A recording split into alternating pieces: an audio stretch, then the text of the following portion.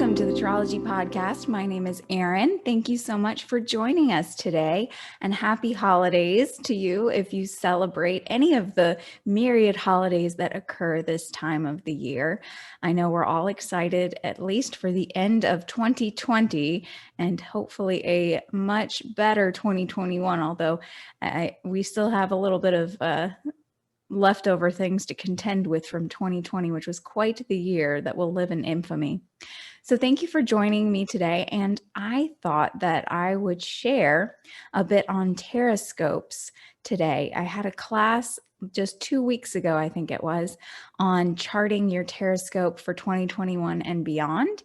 And we looked a little bit at a few example Tarotscopes that I wanted to share a couple of them with you and see what we glean out of that. I thought we had a great time in the class, so I thought it would be a fun little revival for the podcast. A little bit about Tarotscopes. So you may have heard the term before, or it may be completely new to you. So what is a Tarotscope? Well, many of us are probably familiar with the word horoscope, which comes from the Greek combination horo, which is hour, and scopus, which is to observe or to watch. So when you put it together, it's, and I should say actually hora is hour or time. So when you put it together, horoscope, you get to observe the time or to watch the hour. So the same idea kind of applies for a tarotscope, tarot and scopus, to observe the tarot. It is basically just looking at the tarot from an observant perspective. So looking at it as the observer, putting on our observer or objective lenses and looking for patterns that we can see in the tarot as they emerge for a particular person's life. And so it does combine a few elements of numerology. It's not strict numerology. So for those of you who are very familiar with numerology or very familiar with Enneagrams, it's not quite the same, but there are similar elements that it does borrow from the principles. So a lot of times we hear with, the rise of the internet and pop culture and pop tarot, you hear things like Tarotscopes used for giving a reading where you just pull a card for someone's sun sign. That is sort of like with astrology, how sun sign astrology became so popular because of these columns that were written in newspapers. And I think there were some book that was written that was focusing on sun signs. And that's what really stuck to people. And then they sort of limited what they knew to just, oh, what's your sun sign? And everyone's got a sun in their chart, but that doesn't necessarily mean that that's the most prominent or defining feature. And so many people would say, oh, well, that doesn't fit for me. I don't believe in it, because they really reduced their view and understanding of it to something that wasn't quite as all encompassing and looked at the full body of literature and looked at the real heart of what the study of astrology, or in this case, the study of tarot, is trying to get at. Let's look a little bit at Tarotscopes today. I prepared, I have Prince Harry's Tarotscope that I will share. It was a fun one. Let's see if I can get that on the screen for everyone. If you are able to watch this on YouTube. If you're not, if you're listening to the podcast, basically what I pulled up is a photo of Prince Henry, actually, but known as Harry. His date of birth was September 15th of 1984. So the first thing we want to do is figure out what his tarot pattern is. What, as Mary Greer calls it, constellation, tarot constellation does he belong to? And to figure that out, we just add up the date of birth. So the day, the month, and the year. And we just add it straight. So we don't want to, if you do study traditional numerology, you may be reducing, let's say, the 15 to a 6. Let's not do that yet. Just add it all up. So 15 plus 9 for September plus 1984 for the year. And that gives us 2008. Now, once we have that 2008 total, then we can start reducing the digits so that we try and get ultimately a single digit. But first we want to see if we can get a digit between the numbers 1 and 22. And the reason for that being that there are 22 cards in the major arcana, the story of the Fool's Journey. So first we want to see what is the prime or the first number that we come to in that 1 through 22 window. So we add up 2 plus 0 plus 0 plus 8 for 2008, and that gives us 10. Great. So 10 corresponds with the Wheel of Fortune in the major arcana. So we know that Prince Harry is a Wheel of Fortune card. And we can then further reduce that. So here's where the numerology people get a little more excited. We can go ahead and reduce that so that we do get a single digit. So once we have 10, we can then further reduce that. 1 plus 0 equals 1. And that corresponds with the Magician. In the study of Tarotology, and again, this harkens back to Mary Greer's work with Tarotscopes, there are patterns that we can see that emerge from the single digits. And so we look at the Magician, which is number 1. So these are the ones. And this is the constellation of the ones, or the constellation of the Magician, of which the Wheel of Fortune belongs as well. And this particular pattern, this is the pattern of will and focused consciousness. So all of the cards that belong to this, all of the cards that can be reduced to 1, have something to do with that theme of will and focused consciousness.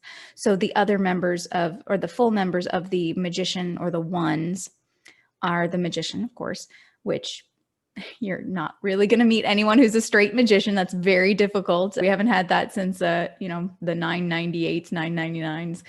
It's very, very, very uncommon, and we won't see it for many thousand more years. So you won't probably meet a straight magician, but you may meet a Wheel of Fortune magician. So someone who ends up with a 10 as their primary number, which then reduces to a 1. And we can call that initial number that we get, we can call that a life lesson.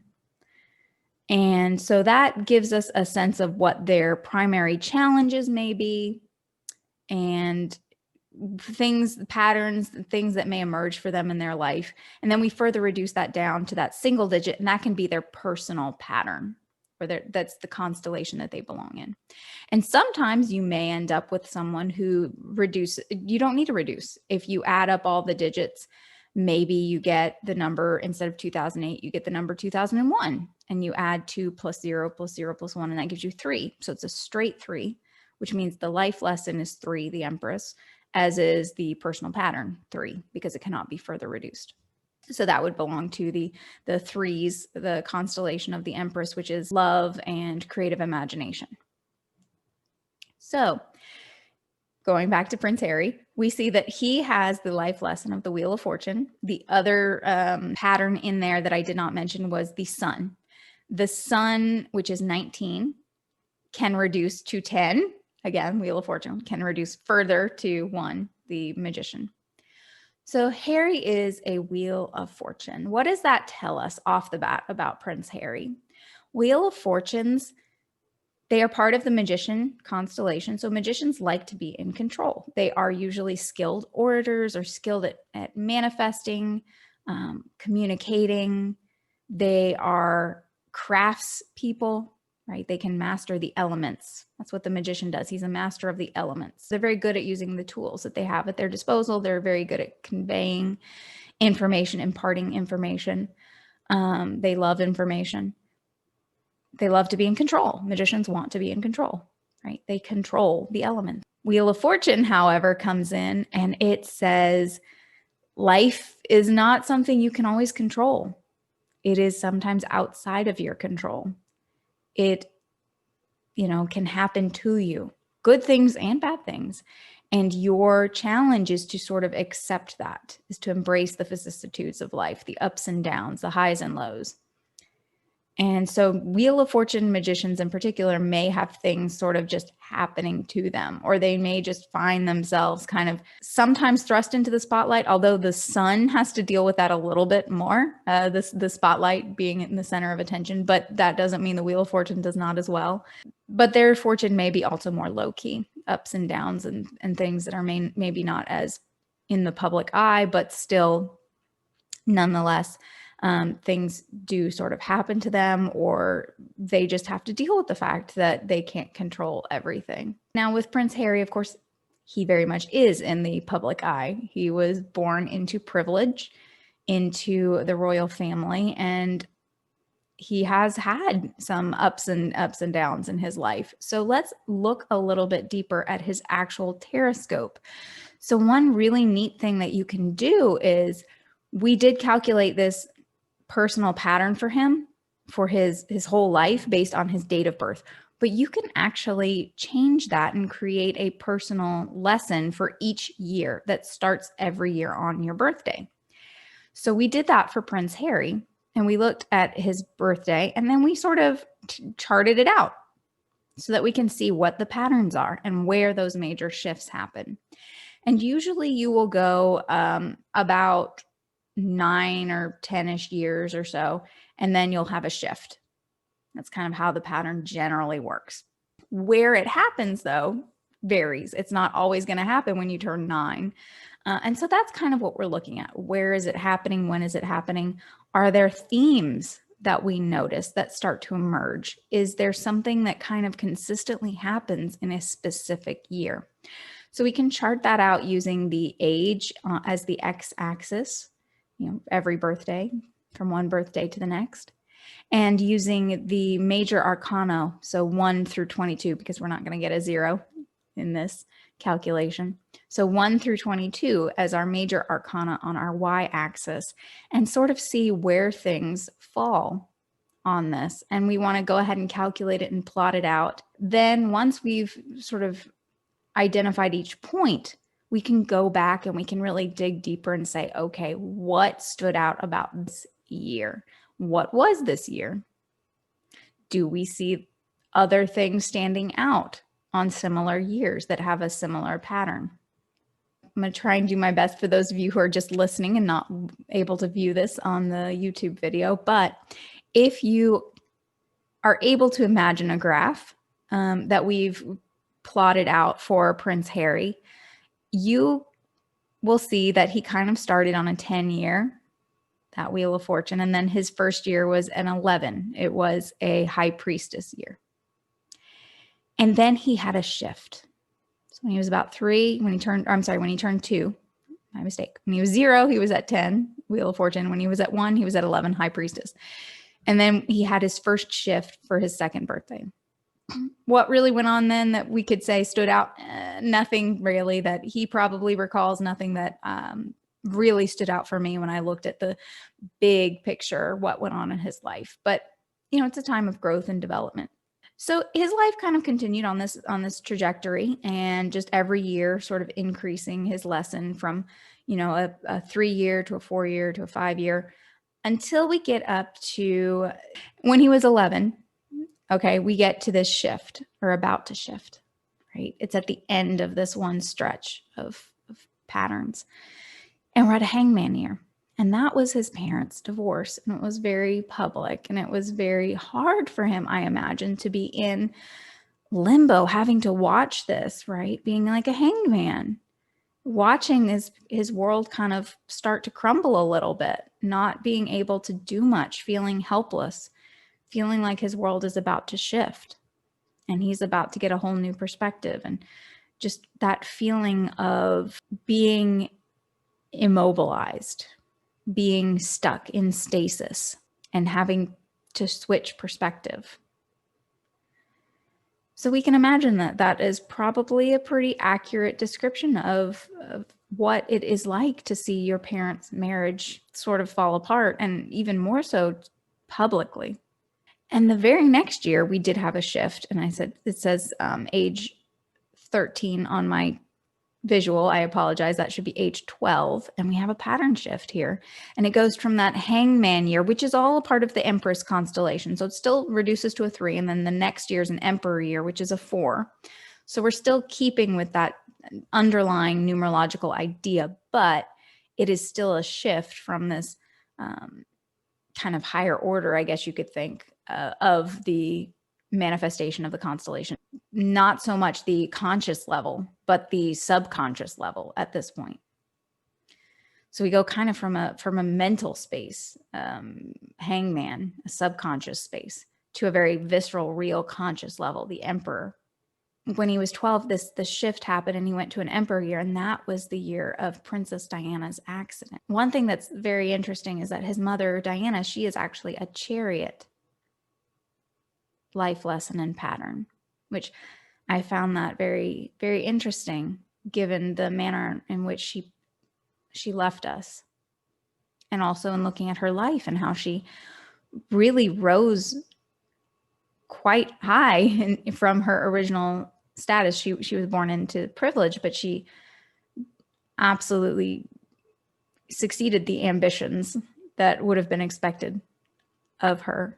So a very ambitious person, a very driven person, and who had a very rocky road, bumpy marriage, and then had, unfortunately, a literal car accident, a chariot. She's known, very, very well known for the image of her wedding in which she was in a horse-drawn carriage. So the chariot imagery is very, very prominent in her life. The accident occurs, and this was a shift for Prince Harry. He stays on this very, same path. Not a lot happens really. I mean, yes, a lot happens, but nothing that stands out as being as significant in his formation as that event. During this next period of time, he's completing his schooling, his education, he's growing, he's going through his teenage adolescence.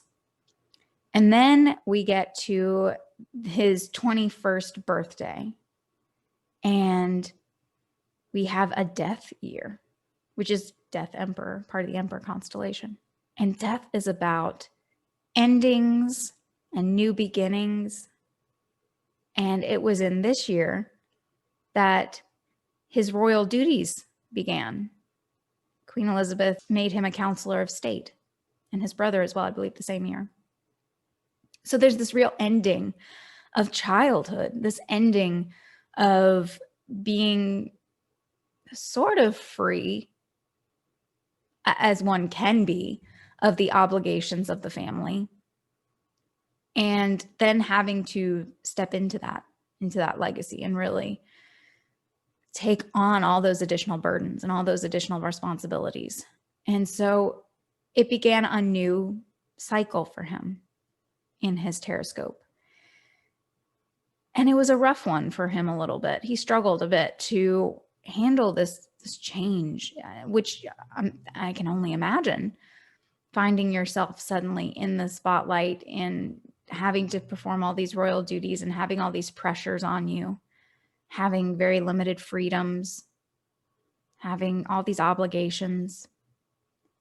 And so he did struggle, and there were a few controversies, which, interestingly, the biggest controversies really were there was a video controversy which happened in a chariot year. Again, we see that chariot kind of playing a sub-theme in his life. And it makes you wonder if that's sort of how he coped a bit with some of the trauma from losing his mother. And he did mention, I believe he dealt with some mental health issues, and he went through counseling. But this feels like this potentially was him acting out. It just got too much. And so there was a controversy that the energy had to come out somehow, right? And, he tried to rein it in and rein it in again. And then there was another controversy, the Las Vegas controversy, which happened just 3 years later in his Wheel of Fortune year, which is more significant for him because he is a Wheel of Fortune pattern. But then this was really, I think this is when he started to take control again, right? He learned that lesson then, and that he needs to work on the control, the magician. And he needs to try and rein it in a little to the extent that he can, so that things don't spiral. And 2 years later, that Hanged Man year again, Hanged Man Empress, creativity and love and creative imagination. Hanged Man, which has associations with not only being stuck in limbo, but those things physically which cause us to be stuck, things like accidents and illnesses, injuries, surgeries, things that take us out of society a little bit so that we can get that 20,000 foot perspective in order to change our perspective. And so in this Hanged Man year, he really channels that creative Empress energy. And he puts together the Invictus Games, which are for, interestingly enough, individuals who are injured or wounded in combat, who are serving in the military, sort of like Wounded Warrior Project. And he puts together these games like the Olympics or the Paralympics that are specifically for these individuals who have been injured or who have had accidents. Very much a Hanged Man manifestation in a very positive way. Absolutely using that to take back control, to make something much more sustainable, creative, positive with this energy. Such a great use of that year which had been a few years back quite a traumatic time for him with the parents' divorce. And how can he use that energy and be more creative and more inspired and try and work towards restoring his image in the public that had been damaged a little bit after the controversies in the Wheel of Fortune year and the Chariot year in this particular cycle of his life. And then as he's continuing this upward climb, this restoration of image, this restoration of faith, just 2 years later, he meets Meghan Markle in a temperance year. It's very lovely, I think, philosophy and moderation and tempering, forging something. He forges a relationship. And he's also in this about to shift, right? About to shift. And then he does shift. And we have at age 32 ends up being a lover's year. And we don't really have anything on the chart that shows this being a very prominent year. But the next year, the Chariot year, upward mobility, we have marriage, the marriage. So I'm guessing that in the lover's year, there was likely a proposal, because I would anticipate that it takes quite a bit of time to pull off a royal wedding. And also, given all of the electional work that went into the selection of the date, I have no doubt that preparations were made well in advance. So I'm guessing in his lover's years when he proposed. I didn't dig deep enough to find out the date on that, but that would be my guess. And then marriage in the Chariot year, which is, again, you think about with the visual from his mother and the chariot, you think about her wedding and her wedding day being drawn in the carriage. It just fits so well, I think, in his story and his narrative. And then at age 34, we have a strength year, and his son was born. The strength, it's about forging those inner bonds and connections, persevering. It's a card of bonding. It's wonderful imagery. And then we have Megxit the next year, age 35, during his hermit year of all things, stepping back, pulling away from his royal duties so that he can manifest new things. And being a hermit year, we know that the next year will be a Wheel of Fortune year for him. So we'll see what happens and how that plays out. But I imagine we'll be seeing some more in the spotlight, whether it's a controversy or if it's good things. We will see how the vicissitudes of fate and fortune play out for Harry.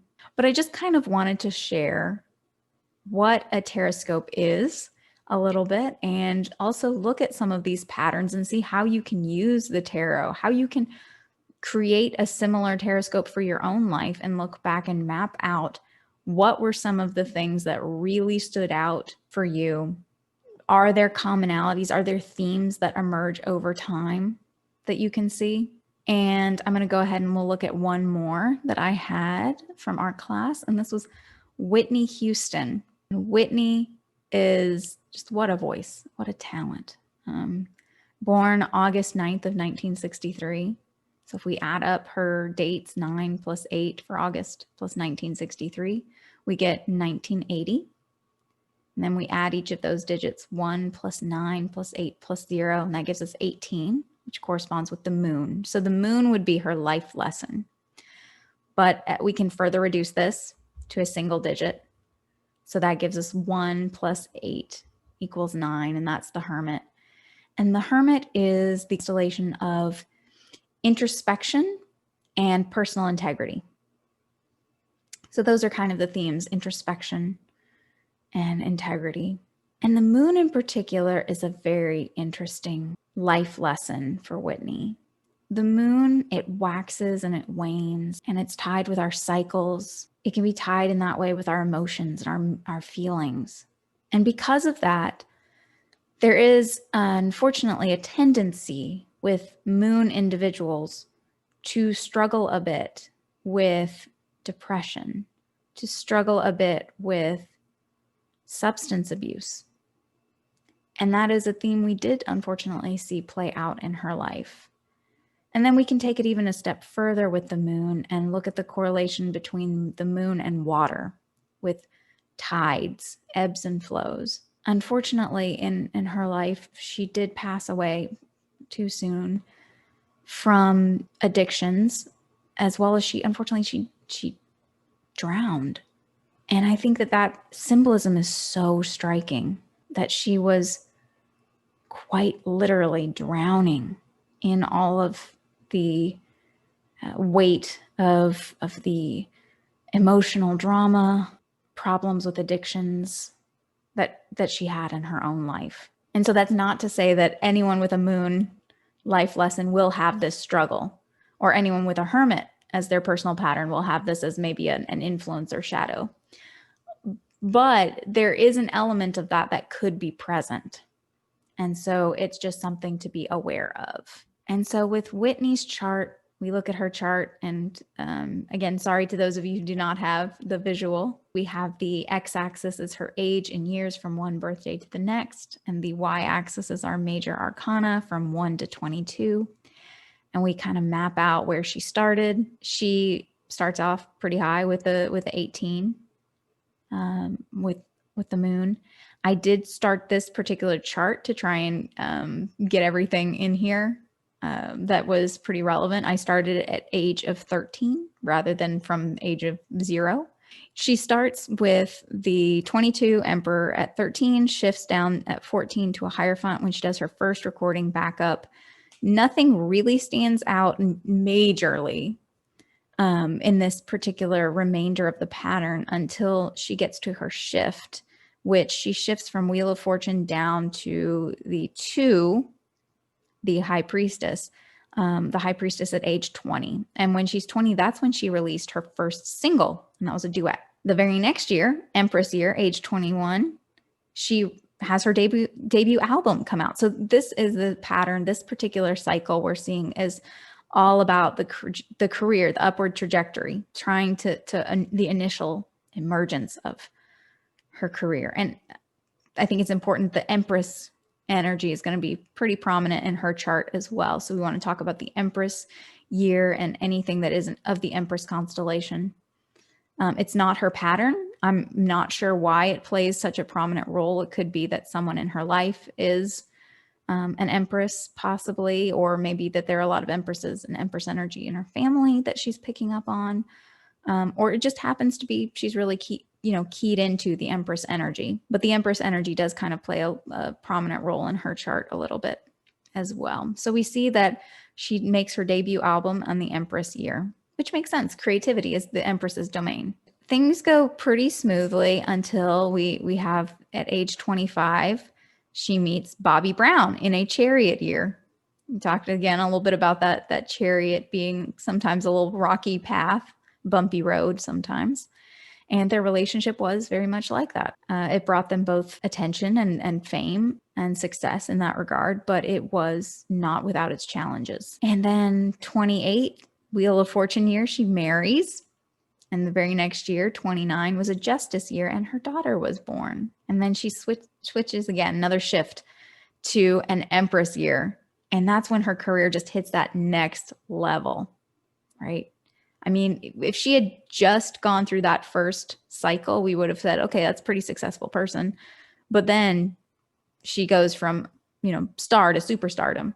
this is the year in which, she's holding all these benefits in South Africa for Nelson Mandela. She is getting her Grammy for I Will Always Love You, the song that she recorded. It was originally Dolly Parton's, but she just, again, takes it to that next level and transforms it and just makes it so iconic. We see that as she's rising in prominence and fame, again, she's also having some of these struggles with that emerge. And we see that in a hermit year at age 36, some of those underlying moon themes do emerge.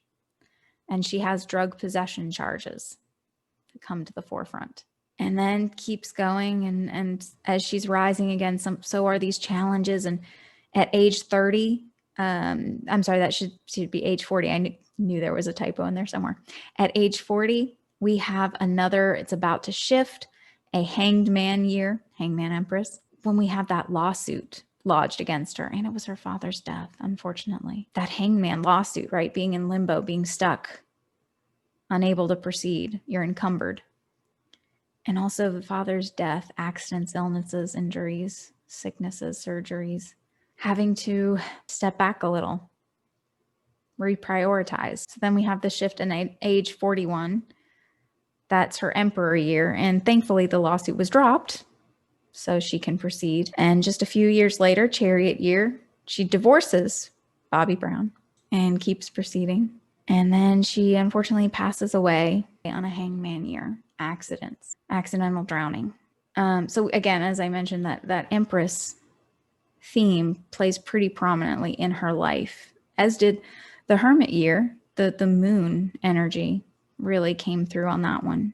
Unfortunately, this was not as happy a manifestation, but it does, I think, do a very good job of illustrating how we can see these patterns play out and how we can then try and look back at our own patterns and say, okay, well, this was this type of a year. What stood out about this year? How did this energy manifest? And better prepare for the future when we have that year coming up and take advantage of it. If we know that we are very successful and creative in Empress years, then go for it.